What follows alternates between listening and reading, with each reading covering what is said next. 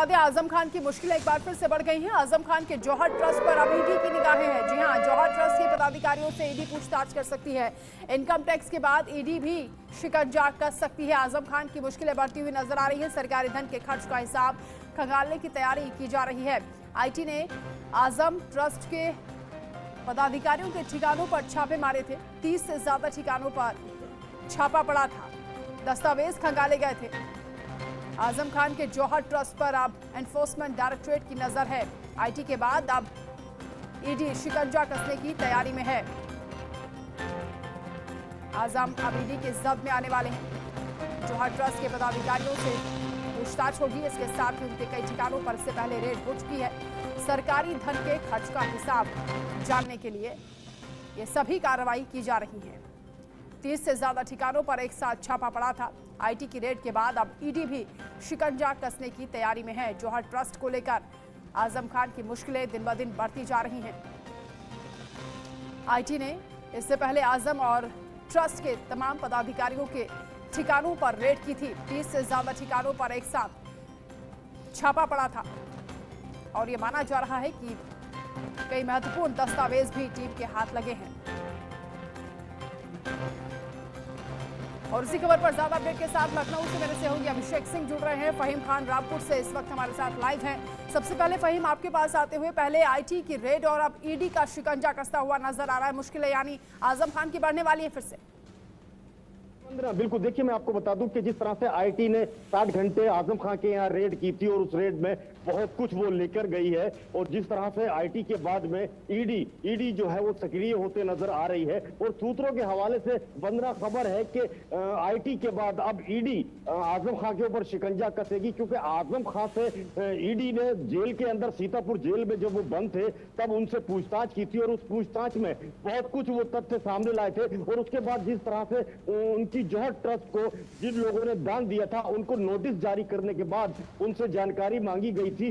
तो जिस तरह से जो बीच में एकदम से आईडी एकदम से ढीली हुई थी या जो थोड़ा सा गैप हुआ था, उसमें अब जो है वो तेजी आती दिख रही है। क्योंकि जिस तरह से आईटी ने रेड करने के बाद आजम खान के यहाँ 60 घंटे लगातार उनके दर और दीवारों को खंगाला और उसमें दस्तावेज निकाले।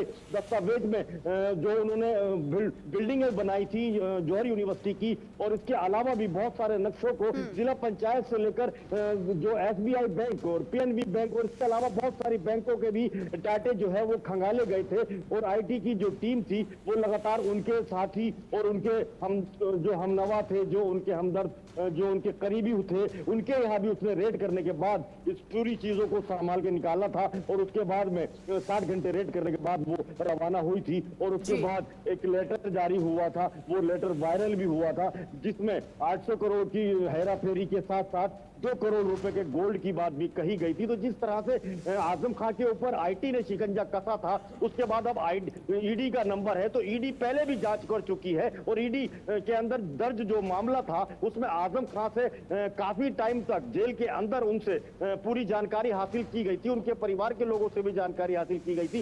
एक बार से फिर से जो है वो ईडी सक्रिय होती नजर आ रही है। और उसके बाद आजम खान की मुश्किलें लगातार बढ़ती हुई दिखाई दे रही है, क्योंकि आजम खान 2 जन्म प्रमाण पत्र मामले में अब्दुल्ला आजम के उसमें घिरे हुए हैं, और वो जो बहुत जल्दी उसका फैसला भी आने वाला है, क्योंकि डेट टू डेट उसमें हेयरिंग हो रही है। और इसके अलावा 108 से कहीं ज्यादा मुकदमे आजम खान फेस करते हैं और उन मुकदमों में बहुत गंभीर धाराएं बिल्कुल आजम खान पूरी तरह से बैकफुट पर नजर आ रहे हैं। अभिषेक भी हमारे साथ है। अभिषेक, कभी फर्जी प्रमाण पत्र का मामला सामने आता है, कभी गरीब लोगों से जालसाजी का मामला सामने आता है, अब टैक्स चोरी का इतना गंभीर आरोप है, ईडी की भी निगाहें हैं, क्या कार्रवाई को लेकर हलचल है?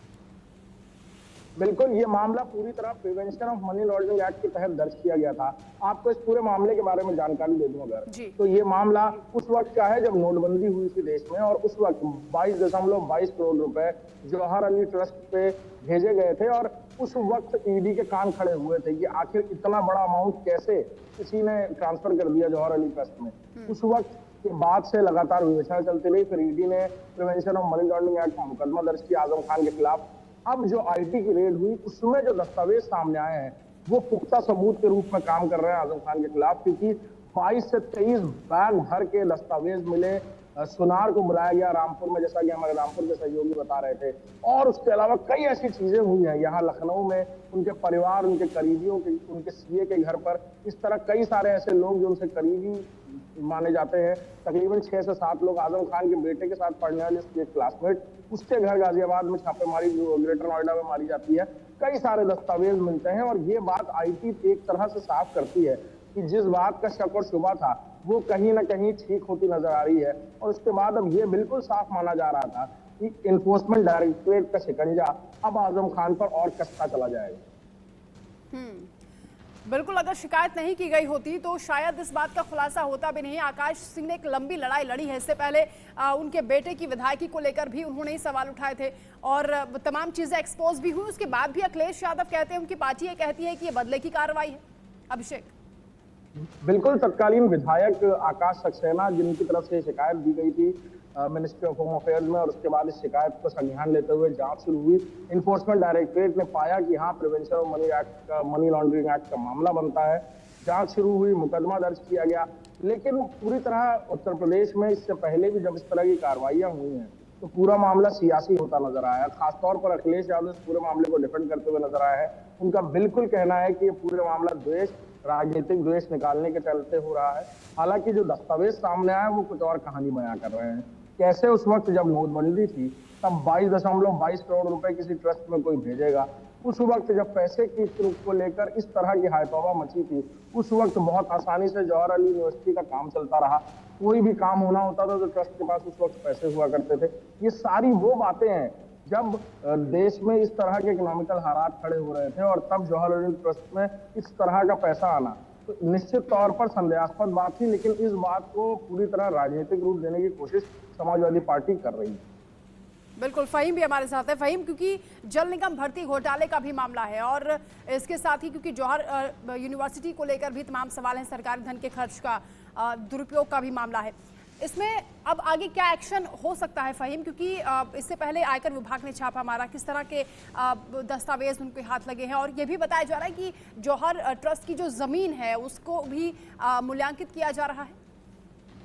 जी बिल्कुल, देखिए वंदना, इस बात को समझना होगा कि जौहर यूनिवर्सिटी जब से स्थापित हुई है वो लगातार विवादों में रही है और आजम खां के जितने भी बयान हैं वो उनके खिलाफ आज जा रहे हैं। जैसे उन्होंने कहा, किसी ने पूछा था उनसे कि इतना पैसा कहां से लाए जौहर यूनिवर्सिटी बनाने में, तो उन्होंने कहा था कि दाऊद इब्राहिम का पैसा है। इस तरह से इसके अलावा भी बहुत सारे उनके विवादित बयान हैं। जो इस वक्त मौजूदा विधायक हैं आकाश कुमार सक्सेना, उन्होंने बहुत लंबी लड़ाई लड़ी है और उन्होंने जो 2 फर्जी जन्म प्रमाण पत्र और उसके अंदर 2 पैन कार्ड और 2 पासपोर्ट, ये सब जिस तरह से सामने लाने के बाद और हाई कोर्ट ने जिस तरह से अब्दुल्ला आजम की विधायकी को शून्य किया था, तो लगातार आजम खां और आजम खां के परिवार की मुश्किलें बढ़ती चली गई थी। और अब हालात यह है कि आजम खां, चाहे वो जल निगम भर्ती का मामला हो या फिर आजम खां की जो ट्रस्ट है उसमें जो पेमेंट आई है, जो भुगतान किया है लोगों ने, जो दान दिया है, वो सब शिकंजे पर कसे जाएंगे। और उसके बाद में जिस तरह से आईटी की रेड हुई है और उस रेड में 22 बैगों के अंदर भरकर